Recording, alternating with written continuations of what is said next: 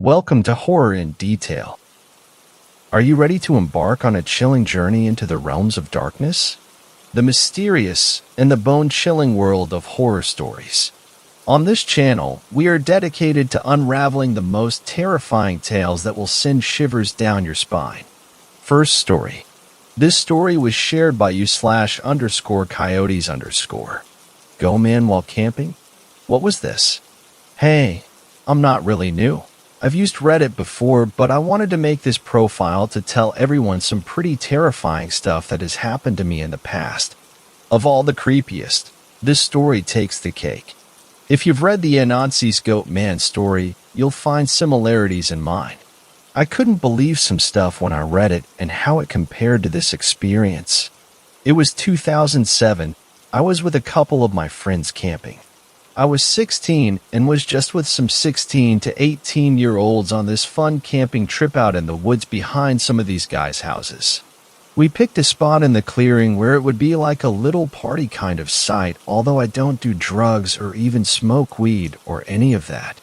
I grew up with that going on all around me, so I tried to avoid it. But nobody brought weed or anything along, I don't think. So we all hung out in this clearing with 3 different tents set up and with a fire pit in the middle. We had planned to spend 4 to 5 days. It was summer vacation, so we didn't have school. I think this was early August. Anyway, we all decided to hang out in the clearing, roasting marshmallows and everyone but me having beers. I sat around making s'mores and the sun was just beginning to set and we were all having a good time. At around 7 o'clock or so, we heard something moving in the bushes nearby and someone threw an empty beer bottle at the bushes. We heard the smash and watched something climb out of the bushes and lumber back into the trees. We thought it was just some psycho person, but everyone got a little bit nervous. Later that night, I was asleep in the tent with 3 other people.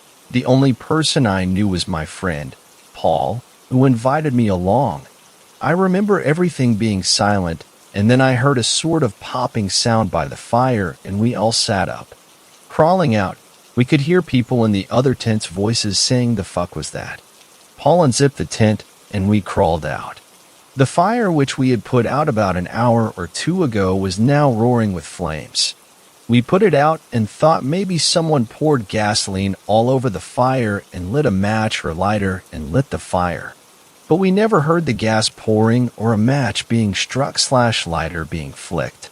We also didn't hear anybody running away because we would have heard them.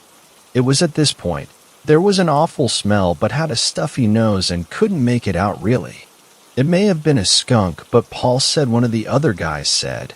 It was like rotten meat, but we had not smelled it earlier or since. Some other people began holding their shirts up to their noses as if a pungent smell had just appeared. We were all a little on edge, but I guess some people agreed. Fuck it, let's just stay here.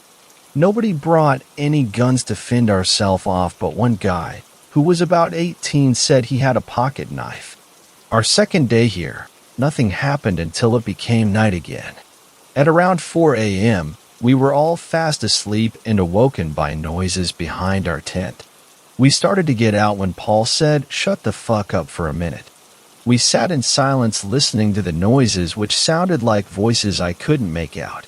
The voices seemed to be coming closer to us, and we quietly climbed out of the tent. The voices still approaching our camp. The 2 other guys in our tent crept to the other tents and woke the other people up, telling them to get out here at once. All 13 of us stood quietly listening to the voices get closer and louder. At the point where they had gotten behind our tent, we heard the voices stop, but an eerie humming noise was coming from the trees all around us. One of the guys, I think named Ben, who was 17 or 18, walked to about 10 feet from the tree line where the voices had been coming from. He said, "Oi, who is there?" And we quietly waited for a response. We heard nothing except distant crickets.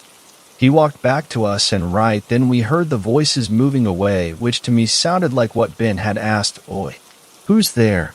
But it didn't sound like Ben moving away, almost like something was trying to mimic what he sounded like. I could hear the voice sort of crackly and jumpy repeating those words as it moved off into the distance. We all got back to our tents but didn't sleep. The next day, someone had left to their house to grab something. They came back a little later with a potato gun saying he'd shoot the fuck out of the thing bothering our campsite. Around 7 p.m., not really partying but just huddled around the fire, a girl, just one of two, stands up, practically pissing herself, and we find out what's wrong. Here's one of the similarities I found with the well-known Goat Man story. She said that last night, when we were listening to the voices, there was another person with us. There was 13 of us now, but she insisted that there had been a 14th. Reading the Anansi Goat Man story and connecting that experience later made my butt clench. We all started to get nervous again, and Ben told us he was going to run back to his house. He and Potato Gun Guy were neighbors, and he said he was going to get his father to come out here with a gun and wait. Someone went with him, and Paul and I were just talking to each other about how we could leave early if shit got too chaotic, which was starting to get to now. We were in the middle of talking about how we should pack up when we saw Ben standing in the woods. It was clearly him with his blue hoodie and jeans, and he was looking straight at us from about 40 feet away, but we didn't know what the fuck he was doing. The person who went with him wasn't standing next to him. It was just him standing alone watching us. It was a 25-minute walk back to his house, but he couldn't have been back 5 minutes later. Everyone got really uncomfortable and people started yelling, "Hey Ben, what are you doing?" But he just kept watching us. We watched as he seemed to slink back into the trees. By now, people were scared out of their minds, and I was too. Why was Ben being a prick and just staring at us and not doing anything? We decided to pile into one tent and wait. A short while later, the other Ben turned up with his dad and the other person that went with him, and his dad was holding a hunting rifle. Ben told him what happened with the voices, and the father walked that way into the trees and took a look around. He said it felt like eyes were watching him from every direction. Paul then told Ben's dad that we just saw another Ben standing in the woods staring at us. Ben's dad walked over there and looked around too. He came back and said he could stay with us and the gun, but said he would control it because if we got drunk and started shooting a gun around, we'd all kill ourselves. He slept in Ben's tent. It was our third night here, and it was really fucking creepy. We quietly listened for it being anywhere nearby. Paul had a funny look in his eyes and started sweating. He later told me that while we were all sitting around, he saw a strange figure moving through the woods, moving its arms around in a strange jumpy motion. Around 2 a.m., we were all going to get ready for bed, and we heard it. It was saying something, but in a highish voice. It sounded like it was saying, "Oi, who's there?" completely mimicking what Ben had said the night before. Ben's dad tried to pinpoint where the voice was coming from and fired a shot into the trees. That gunshot was loud as fuck. Right after, we could hear a creepy chanting like male voice. I was scared. Paul was scared. Everyone was. The chanting sounded like a deep voice chanting, so not multiple people. Underneath the chanting, we could hear something mumbling noises. Again, another shot was fired, but I saw what Ben's dad was shooting at. It was a figure crouched low by some bushes. It looked like a direct hit, but the figure did not move. Instead, it stood up, sort of hunched over, and moved back into the forest. We raced back into our tents, and I could hear crying and moaning coming from right behind our tent. All four of us in the tent were getting scared, and then I could kind of smell a strong vinegar smell that was very powerful. Then, I noticed what looked like fingertips moving along the tent wall and to the door and moved down the zipper to grab the part you used to open. Paul dove over to the zipper and held it down as whoever or whatever tried to pull it open. Paul and one other guy in the tent started yelling, "Who's out there?" And after a minute, we could hear a screeching noise as this thing took off into the darkness. We decided to say, fuck the fourth and fifth day, let's get out of here in the morning. Here's the scariest experience of that night. At 3:45 a.m., checking my watch, I had to go pee. Since what had just occurred not long ago, I decided I wasn't getting out of the tent and maybe I could stick my bird out of a small zipper opening, but then I pictured whatever it was out there biting or ripping my thing off, so I decided to open up the tent, slither outside just slightly, and pee to the side of the door. As soon as I was finished, I noticed someone by the furthest tent away. I grabbed my flashlight beside my pillow and turned it on and shined it towards the person. It looked like Paul, back facing to me, hunched over by the tent. But Paul was right behind me, sleeping in the tent. I crawled back inside, but kept my light shined on the other Paul. I whispered, "Paul, wake up." And the moment he did, I looked outside to see the other Paul stand up and turn facing toward me and stare at me. I dove back in and leapt under my sleeping bag and huddled there awake as I explained to Paul what I had just seen. I guess at one point in the night, I was facing another way and was freaking out, but one of the guys in the tent said he woke up. I still half closed as he rolled over.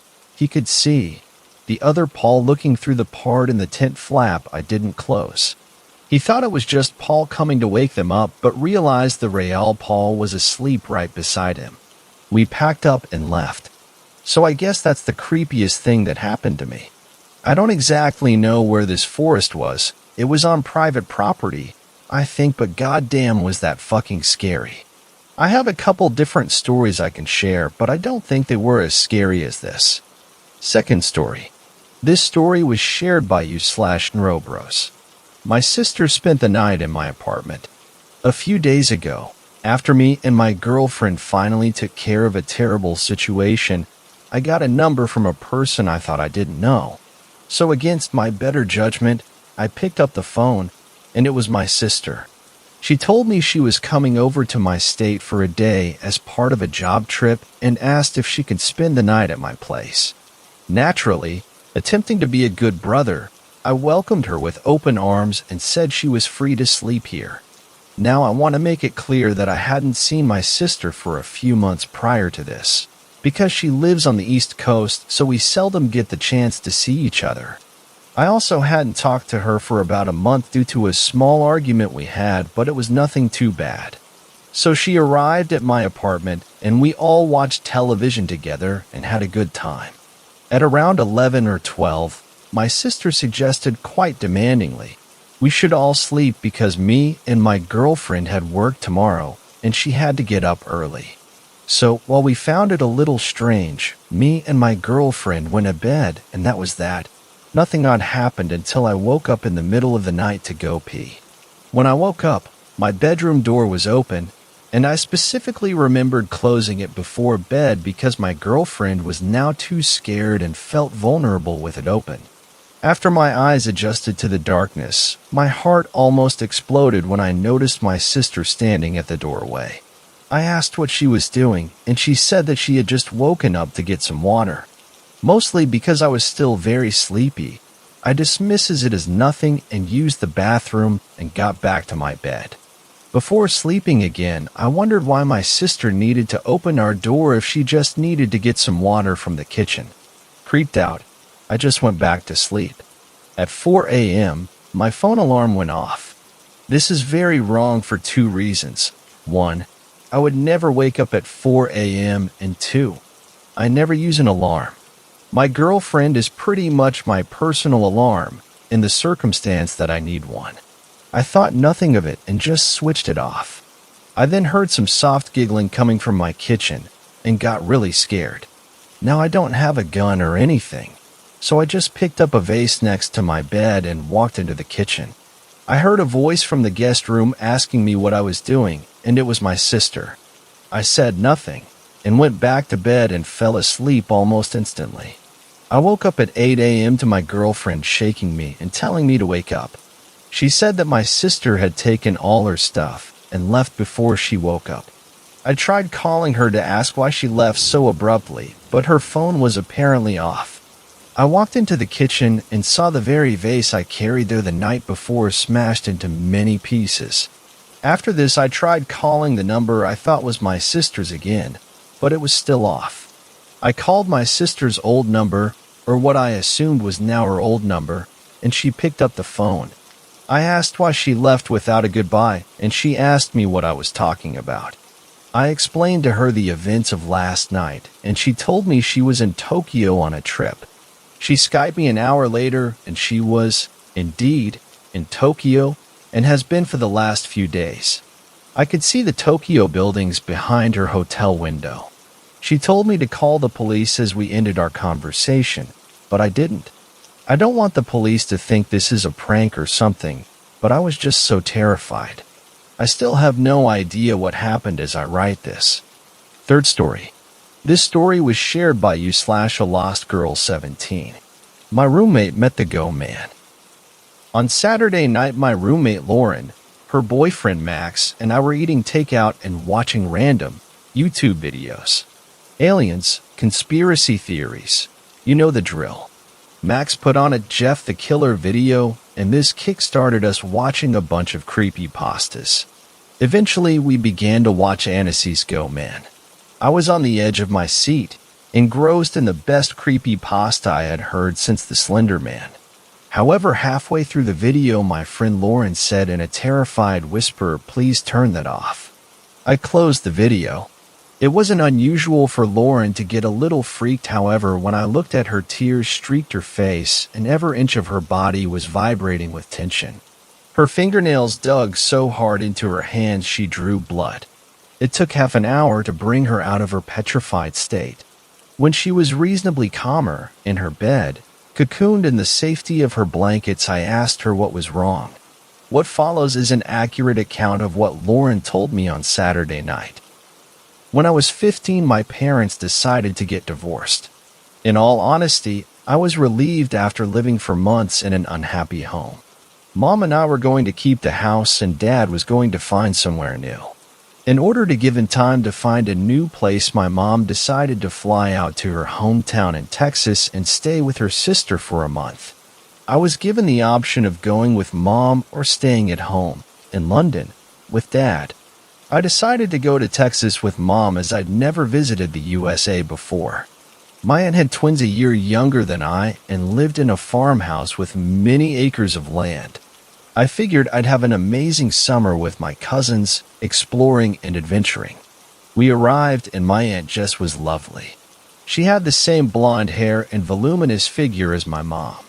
My cousins Hank and Courtney were lanky, blonde bundles of energy. The three of us got along like a house on fire. In the beginning anyway.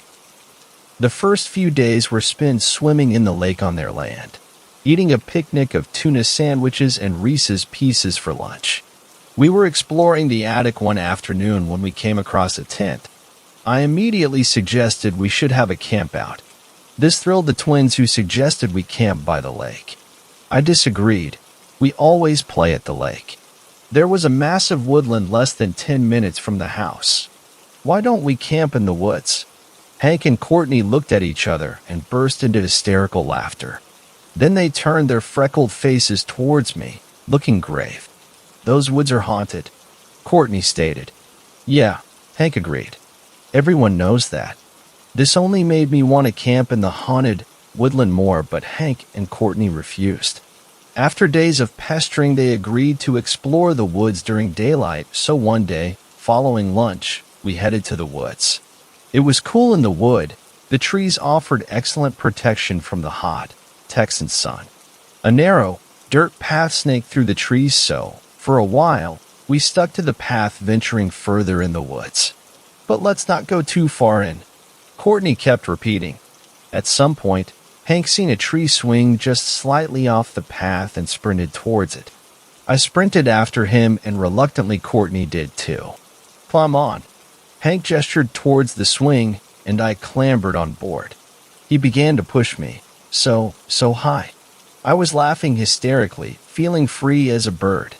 Hank and Courtney laughed too, and soon all of Courtney's fear was thrown out the window. She was giggling. "My turn next. My turn next." Then, we heard a rustling in the bushes. Heart racing, I dismounted the swing. "What was that noise?"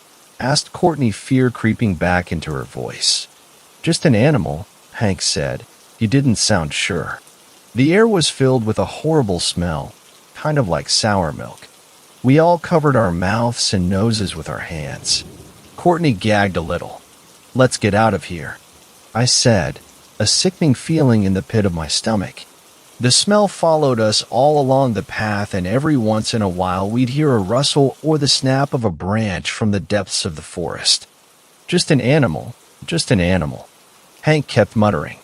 I couldn't shake the feeling that we were being watched, so towards the end of the path I grabbed both Hank and Courtney's hands, and together we sprinted home. We all agreed we would never go back to the woods again. 2 nights later, I was in bed drifting off to sleep on the sofa bed in basement, which long ago had been converted in an awesome games room with a pool table, TV, and sound system. The basement stairs were really creaky, and I heard footsteps coming down the stairs. I sat up, and there was Courtney at the foot of the stairs. This wasn't unusual, as many nights when Courtney couldn't sleep, she'd wander down to the basement and we'd cozy up in the sofa bed together and watch movies until we drifted. "Not tonight, Courtney," I told her. "I'm deadbeat." "Deadbeat," she repeated. There was that smell again, like sour milk. "Yeah, tired. My turn next," she said, and I noticed there was something weird about her voice. Each word was drawn out like she was just learning to speak. Her pitch was off too, way too shrill. I flipped on the lamp next to my mattress to get a better look at her, and her eyes were blank and emotionless, just staring right through me. A chill crept over me as she staggered, like a baby learning to walk, over to the sofa and sat herself down on it. "Are you okay?" I asked her. "OHKY," she repeated in that same, off-canter voice. Then her whole body started to shake and convulse. I sprinted out off the basement to my aunt's room and started to batter on her bedroom door. She appeared moments later, eyes full of sleep, dressed in a pink robe. "Lauren." She sounded annoyed, but then must have seen the terror in my face. "Lauren, is everything okay?" Her tone now alarmed. "Courtney is in the basement. I think she's having a seizure." The commotion had risen Hank from his bed, and the 3 of us ran down to the basement. Only when we got to the basement, Courtney was gone. The sour smell still lingered in the air. We ran back upstairs calling out Courtney's name. She appeared moments later dressed in pajamas, not the shorts and tee I had seen her wear moments before. "What the hell is going on?" Courtney asked, both confusion and annoyance in her voice. My aunt explained to her what I had told her. "If this is a joke, Lauren, it's not funny." Courtney turned on me. "Waking me from bed at 2 a.m. is one thing. How dare you wake my mom?" But, my aunt interjected, "Courtney, your cousin, is going through a difficult period right now. Divorce isn't easy. Go easy on her." I tried to defend what I saw, but it was no use. They all looked at me like I was a raving lunatic. I returned to the basement and sat awake all night with the light on. The next day, my cousins were super frosty with me, and my mom gave me a lecture about playing pranks on the family. I was so confused. Were the twins pranking me? If so, it was a super cruel joke. It didn't seem like their style. Maybe I had dreamed the whole incident. A few nights later, I was in bed asleep when I was awakened by a piercing scream, Courtney's scream. I sprinted from the basement to where my mom, Aunt, Hank, and Courtney were all gathered on the upstairs landing. "You." Courtney thrust her finger at me, shaking like a leaf. "Me," I said dumbly. I woke up, and she was standing over my bed staring at me. It was really creepy. She just kept repeating "Courtney, Courtney, Courtney" in a scary voice. When I screamed, she ran away. Now I was sure Courtney was the one playing pranks, and I wasn't gonna let her get me in any more trouble. Bullshit. It slipped out, and my mom gave me a sharp slap from my tongue. My aunt just rounded on me. "Bullshit? Huh? I seen you sprinting down the stairs wearing the very same night shirt you were wearing now. That's impossible. Are you calling your aunt a liar?" my mom demanded. "No, but..." I trailed off while my family all glared at me. "I'm so sorry, Jessica." Mom apologized on my behalf. "I won't have your daughter terrorize my kids." And Jess replied, hands on hips.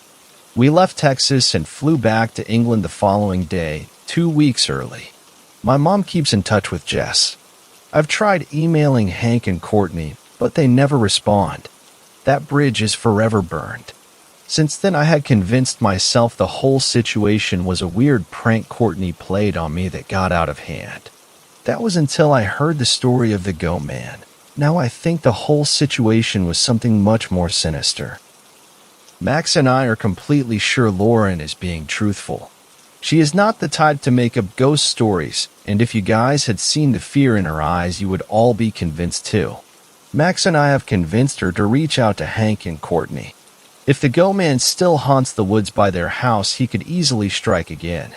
Lauren has asked them if the three of us can fly out to Texas and investigate. We are awaiting a response. I'll keep you all updated. Fourth story. This story was shared by you/Sir Dimido. Do skinwalkers laugh like SpongeBob? This is something that pops back up in my mind from time to time, usually in my nightmares. So this guy I dated for a pretty long time in college was really into camping. He told me he used to go camping with his family all the time growing up, so it was something he loved to do. Admittedly, I wasn't the biggest outdoors type person, so as a substitute for camping under the stars, I agreed for us to rent a cabin on a campground for weekend getaways. We had both just finished the last of our finals for the semester and were ready to celebrate, so we started planning for a cabin getaway with my best friend and his GF. After about an hour drive, we made it to the camping grounds, parked our car, and after picking out the rooms we wanted, got the celebration started. I liked the campgrounds we always went to. They were pretty spread out from other cabins, so you had a decent amount of privacy and didn't have to worry about disturbing other people with your noise. We spent the evening drinking, grilling, and playing tabletop games we had brought. My friend group is bad at pacing ourselves, so by 10 we were almost ready to call it a night. We cleaned up our mess and my ex was able to set up a mobile hotspot and link his laptop up to it. All of us were painfully undecisive, so we said screw it, started streaming SpongeBob from Amazon Prime while vigorously drinking bottled water so we could all avoid hangovers the next day. We watched around 5 or so episodes together before we all were about ready for bed. So we packed up the laptop, said goodnight, and headed to bed. I was able to sleep for an hour or so before I was awoken by the sound of loud moaning and a headboard hitting a wall. I knew my ex was a light sleeper, so I rolled over to see him looking at the ceiling with a heavy annoyance on his face. We made eye contact and laughed, maybe from the sheer awkwardness of hearing our friends going at it. However, neither of us wanted to continue to listen to the loud-ass humping going on, so we grabbed my ex's vape pen and headed outside for some fresh air. We sat on the bench right outside of our cabin and smoked and just chatted for about an hour. Maybe it was the moonlight, but things got a bit frisky, and we ended up making out. As things were getting a bit handsy, I noticed I heard what sounded like clapping from somewhere in the distance. I knew my ex heard it, but I had to practically shove him away and force him to stop and listen. He joked that maybe it was someone else having a bit of fun, but it just didn't sound like that to me. We were about to pick up where we left off, but my heart damn near exploded through my chest as I heard a laugh coming from somewhere in the surrounding woods. A human laugh was one thing, but there was no reason for SpongeBob's laugh to be coming from the woods at 1 a.m. Anyone that has seen one episode of SpongeBob can instantly recognize the laugh, so I know what I heard. I felt my ex tightly grab my wrist, so I knew he had heard it too. We heard it over and over. It sounded like it was coming from a ways away, but it sounded so clear. It wasn't a continuous laugh either. Instead, it would start and stop over and over. It would start, last for about 3 seconds, then start a second or so later. I'm not saying no other campers could have been assholes, but I really don't think SpongeBob was camping in the area. It must have went on for about 5 minutes before it suddenly stopped. My heart was pounding hard, but I didn't even feel like I could move. I slowly got to my feet and tried to tell my ex we should head inside when I heard a loud-ass voice yell, "Hey!" It didn't help that this also sounded like SpongeBob's voice, but it sounded slightly deeper and had a weird echo to it. My ex jumped up this time, finally realizing we were about to be in some bizarre Nickelodeon horror movie. I tried grabbing his arm and pulling him inside, but he literally wouldn't budge. That's when I heard something go zooming by my head and smash into a tree right to the left of us. When I say smash, I mean it. Whatever hit the tree hit it so hard I thought the thing would split in half. I didn't need to witness anymore and turned to sprint inside. Thankfully, my ex was right on my heels. We locked the door behind us and headed to our room, locking that door as well. We both laid there awake for the rest of the night, listening and waiting for the laughing to start again or for something to go flying through the window. What we did hear was 3 solid and loud claps from somewhere close to our cabin, followed by the sound of a bunch of wood cracking. It only happened once, but it gave me the energy I needed to stay awake until the sun came up. As soon as we heard my friend and his GF moving around in their room, my ex and I ran to knock on their door to let them know what we heard. It took us a while to actually convince them, but after we finally did, they both looked pretty shook themselves. We decided to call the campground facility management office, who assured us this had been one of their slowest weekends regarding bookings, and that noon had booked any cabins nearby. With that information combining with no one wanting whatever we heard to give us another visit, we decided to cut our weekend trip short. This is also probably a good time mention that we went outside to see if we could find whatever hit the tree next to us. It took us about 10 seconds to spot the football-sized rock that had been launched at the tree, along with the large crater it had created in it. I promise you this made us only pack up 10 times faster. We made our way back home, and after we had unpacked, I wanted to do a bit of paranormal research on the area. Turns out a very small group of people think the area is frequented by skinwalkers, as people have heard voices of their friends coming from the woods at night, along with a couple sightings of a tall, slender man with long hair wandering around near cabins. Yeah, we begin to frequent a lot more beaches after that. 5th story. This story was shared by you/Electric Zone. Go Man in the Mountains. You see, I was young and my imagination was wild, but what I am about to tell you still terrifies me to these days. I went camping. The camp was located in the mountains. We went for 2 weeks, but hell these weeks would turn into. It was a night for telling stories, scary stories. Also, I was the only person sitting with my back to the fence. The fence was a barber fence, and the bushes were growing on the other side. We had animals, so we took care of them. So here we had deer, wolf, 2 horses, and few wild birds. So everyone was telling scary stories. We were 17 people around the fire, all girls and boys. Then my turn came to tell a story, and I decided to tell the story of the Go Man. I started with telling the Anansi story. Everyone knows the story, so I don't think I need to write the whole story, but when I was telling them about the guys in the story being freaked out and hiding in the trailer, a goddamn branch snapped behind my back. Don't forget, I was sitting with my back to the fence. Everyone bolted up, and I almost jumped over the damn fire pit. One of the boys, Vlad, pointed his flashlight to the darkness of the woods, and we tried to see something, anything. For 5 minutes we were staring. Nothing. Have in mind that the flashlight was strong enough to see nearby. After 5 minutes, we decided to sit back, and I continued with the story, keeping on and reaching the part with the girls screaming in terror. I shit you not, right behind my back, the sound of the bushes made my skin rise and goosebumps rustle. Like someone or something was taunting us. The sound was like someone brushed their hand on this thick bush. Everyone jumped, and Peter, a rather tall boy, screamed, "Stop it. It's not funny. Stop fucking with us." He was scared despite being the tallest of us. The second thing that made me chill to the bone, the animals went crazy. The deer was running in her cage. The wolf, which always was running in his big cage at night time, was now whimpering in his den. The horses were running further from the fence we were around. That was it. All of us started to freak out by this point. The boys were scared more than the girls.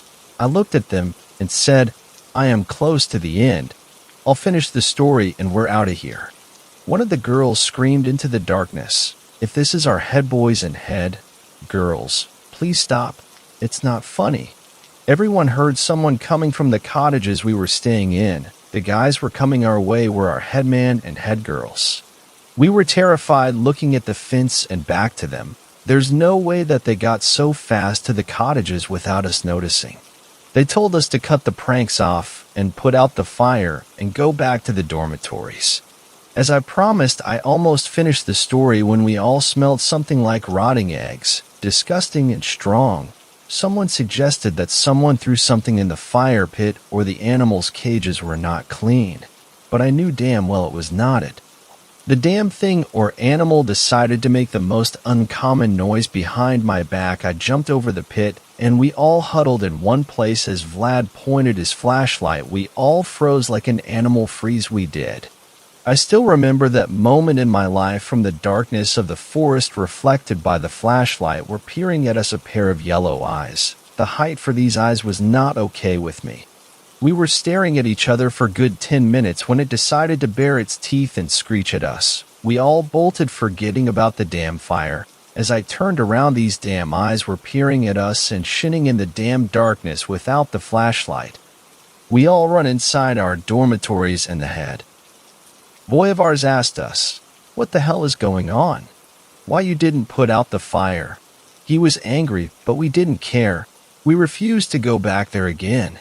When he came back after putting the fire out, he looked paler than usual and said for us to go and sleep. He locked the doors and windows, which we never did before. All of us couldn't sleep, hearing the strangest noises coming from the woods. Noises that were not like any animal we knew. This night, nor we, nor the animals were calm. The next morning, we went to look at the place where we had our stories. I shit you not. The bonfire was destroyed. The bushes where I was sitting were bent together with the fence, and then the most chill realization came over me. There was a hole in the fence, like someone tried to sneak in. It was torn like it was a piece of paper to this thing. Needless to say, I was shocked. I was shaking, and my friend came and said, "I don't think we all imagined that. But why did you decide to tell that story?" I was speechless. As we were passing our days, mostly all of us decided never to talk about it again. When I was about to leave, I saw our head boy near the fence peering into the woods. So I went to him. I called out to him, and he motioned to come closer, so I did. He said, "You know, that night when I came out to put out the fire, I smelled something disgusting, rotting. The moment I heard this noise near the fence, I saw something that scared me to death. There was a silhouette of something standing in the darkness, bending over the fence with two yellow glowing eyes, hunching over the fire pit. I screamed and ran back to the cottages. When he paused and was shaking. When I looked back, it was gone. I guess you didn't lie. Next morning, I saw a hole in the fence, and the animals were jumpy. So I saw from the other side of the fence prints, but not ones of a boar, doe, elk, or some other animal. Those were cloven like goats." He looked at me with teary eyes. I felt regret telling that damn story. I didn't think that it will become such a terrifying reality. Just a myth, right? Just a story. Years pass, and I still can't bring myself go alone camping or going to the mountain, only in big groups. So that's my story. I felt like it was a long time till I made myself write this here. So I hope people will learn never to mess around with him. Sixth story. This story was shared by u/WelshGuy78. My encounter with the Goat Man. During 1999, I worked briefly as a vacuum cleaner salesman. Yes, the job was as terrible as it sounds, which required very late nights, as I was often at customers' homes till around 9 p.m. before having to go back to the head office to check out, then drive back home, often not arriving home until 12 to 1 a.m. I was working late this one particular night and was on the home stretch, around 10 minutes from home, when my old crappy cheap Ford Fiesta started to overheat. I knew the car wouldn't make it home and had no choice other than to pull into a lay-by on top of the big, dark, deserted mountain next to my town. My hometown is literally the last town before there are just mountain and forest for countless miles. As I pulled into the mountain parking area with steam pouring my engine, this is 100% true by the way, a white humanoid figure, obviously surprised that a car was pulling into a deserted parking space in the middle of the night, ran directly front of my headlights as it sprinted from the edge of the clear side of the parking area and into the forest on the other side. It had no clothes, features, genitals, and hair, etc. Just a white figure with 2 arms and 2 legs that appeared almost luminous and reflective in my lights. To say I shit myself is a bit of an understatement. My eyes popped out of my sockets when it ran in front of me. But then I realized that I was stuck in a dead car in a deserted mountain lay-by in the middle of the night with no mobile phone signal, as this was back in the days when mobile phones were just starting to become popular. But large chunks of the country were missing from network coverage. I had no choice but to sit there for around an hour until my car cooled down, as it gave up the ghost pretty much the second I pulled in. So I sat in my car, alone, staring directly into the forest where the thing I saw had run.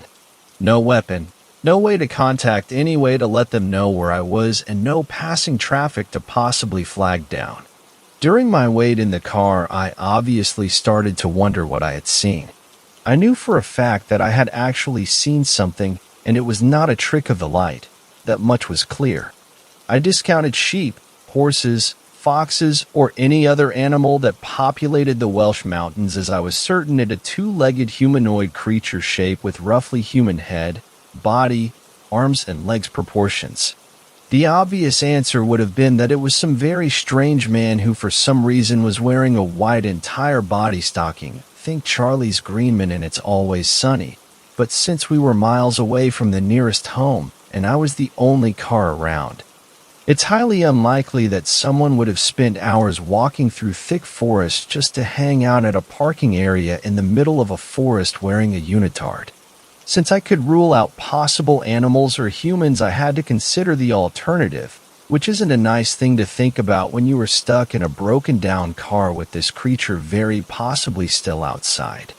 I didn't think it was aliens, as it was too tall compared to the classic look. While any type of apparition or ghost doesn't tend to run away from people when surprised. I'm not sure if there is some kind of Welsh version of a Wendigo, but if I had to categorize the encounter, this would be my number 1 choice. There was always talk of satanic rituals and witches practicing in the forest when I was a kid, and also of illegal bare-knuckle fights where people had been killed and buried there to cover up the crime. But I didn't think much of it at the time and always wrote it off to superstition and rumor. But now I'm not so sure. Eventually my car cooled down enough for me to limp back home. No one really believed me when I told them what I saw and are adamant that it was a sheep. But to this day I will swear that the creature I encountered was something different. I've been in the forest many times since camping, biking, and hiking, and have never seen anything like that again. But whenever I go there, I am always aware of the possible presence of the goat man. 7th story. This story was shared by you/Sir Dimido. I was saved from a skinwalker.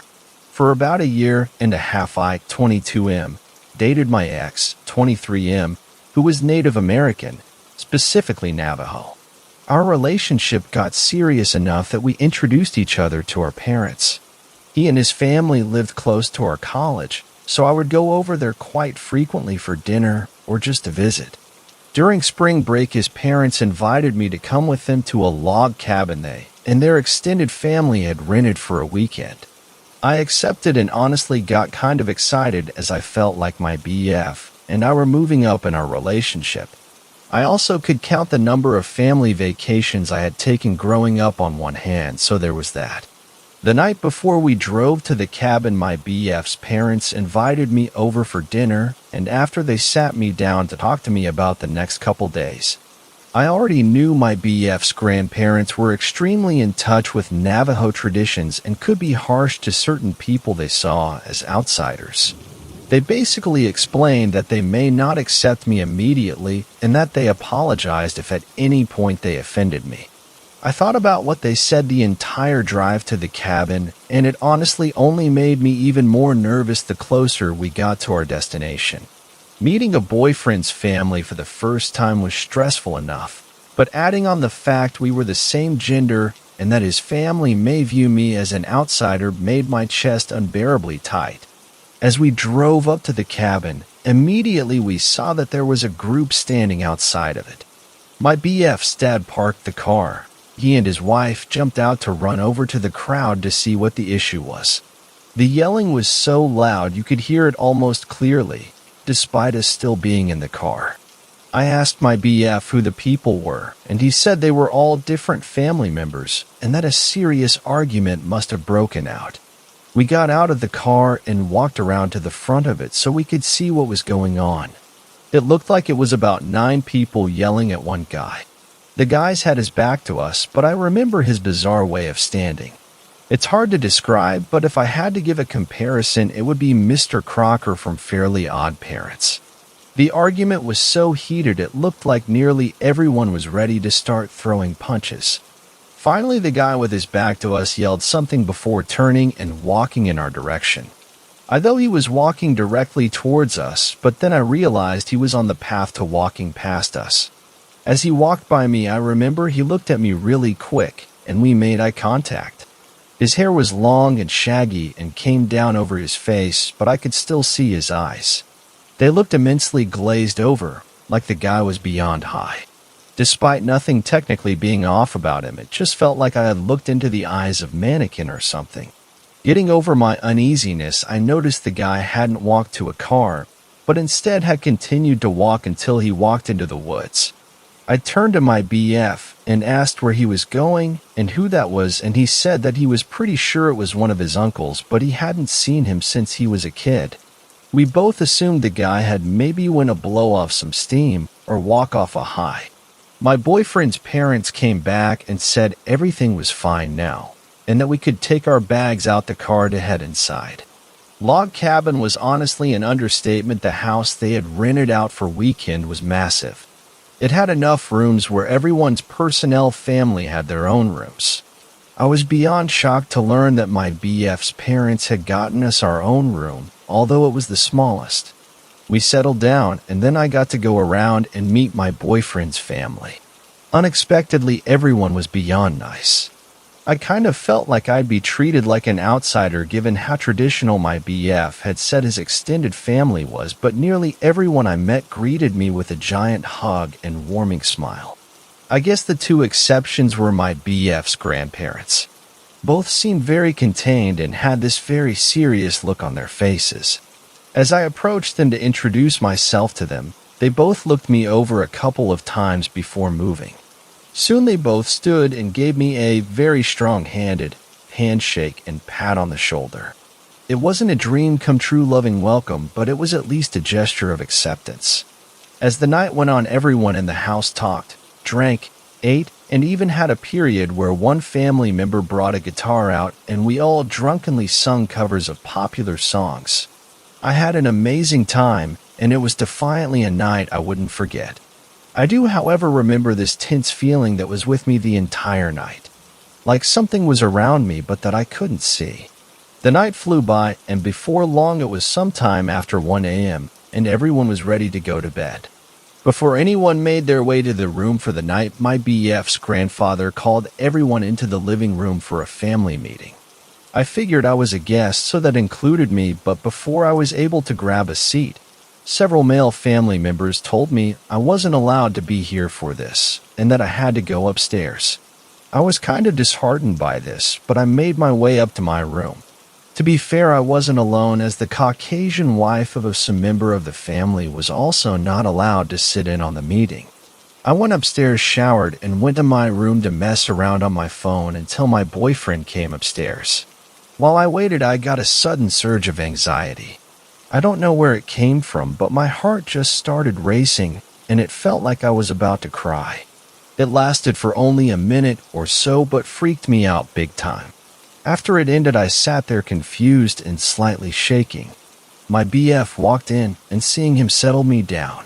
I didn't feel the need to mention it to him, as he'd defiantly laugh at me. He showered. We talked for a bit about the day. We did what a couple tends to do when in bed at night, then we both went to sleep. That night I shot up out of my sleep. I wasn't having a nightmare. I wasn't even having a dream. Suddenly I was awake and vaulted out of bed. Standing there, I was confused as hell as to why my body had jolted itself awake. I thought maybe my BF had kicked the shit out of me or suddenly snatched all the covers, but when I looked down at him, he was calmly snoring with my side of the covers thrown over him from me vaulting awake. I looked at the clock and it read 4:10. I was kind of freaked out by my weird wake-up, but I realized I had to pee, so I threw on my t-shirt and shorts and left our room to make my way to the bathroom at the end of the hall. After doing my business, I walked out of the bathroom and into the hallway. The bathroom was at the end of the hallway and sat next to a window. I stopped at the window to take in the nighttime scenery. I looked at the moon casting light over the family's parked cars. What stole my attention away from the cars was a figure moving among the crowd of vehicles. I couldn't tell what it was, but I just watched as it walked up and down the rows of cars. I figured it was someone maybe looking for their car in the darkness of the night, but as my eyes adjusted, the figure clearly wasn't walking like a person. It looked like a black dog or wolf or something four-legged. We were in a heavily wooded area, so I figured it wasn't abnormal for wildlife to wander close to the house. But then the figure stood up. It didn't stand, wobble around, then plant its front legs on the ground. It stood and continued moving through the rows of cars. I watched as the thing walked with a stiff gait around the vehicles before it just stopped to face the house. The darkness seemed to coat the creature as I couldn't make out any of its features other than its outline. Then it simply looked up at me. Not in the sky or up at the house, but at me. I couldn't see its face, but I knew it was looking at me directly. From its dark form, I saw two small white dots on its head. Just two pinpoint-like dots that stared at me from outside. I don't know how long we stared at each other, but what I do know was that before I knew it, I was walking downstairs into the front door. I just moved. No reason or wanted, but my body was suddenly in motion. As I unlocked the front door, an iron-like hand grabbed my wrist so hard it hurt. I looked over and saw my BF's granddad standing there staring at me with a look that I'll never forget. He didn't say anything. He just relocked the door and turned me to face him. I saw him place something against the door before he pulled out something from his pocket. With a light, he lit it and circled it around my head, saying something under his breath. I remember being utterly confused, but just completely submissive to whatever was going on. As he finished, he used his fingers to put out whatever he lit and told me to go back upstairs. Slowly, I moved back towards the stairs, but as I turned around, I saw him pick up what I realized was a shotgun from off the doorframe. I walked upstairs and stopped before entering my room. I looked at the window and didn't even have to walk over to it to know that that thing was still out there. I laid back in bed, and after about 30 minutes of ceiling watching, I went back to sleep. It was easily the worst sleep I'd ever gotten. I had what felt like 24 hours worth of nightmares that was just me running from something. I was running in slow motion and could hear something fast running after me. Right as I heard it get to me, the dream would restart. I woke up later that morning around 10 a.m. or so and saw my BF was covered in sweat as he slept. He never sweated while he slept, and the room was a cool 64 degrees, so I found it disturbing. I literally had to shake him for about 5 minutes before he woke up.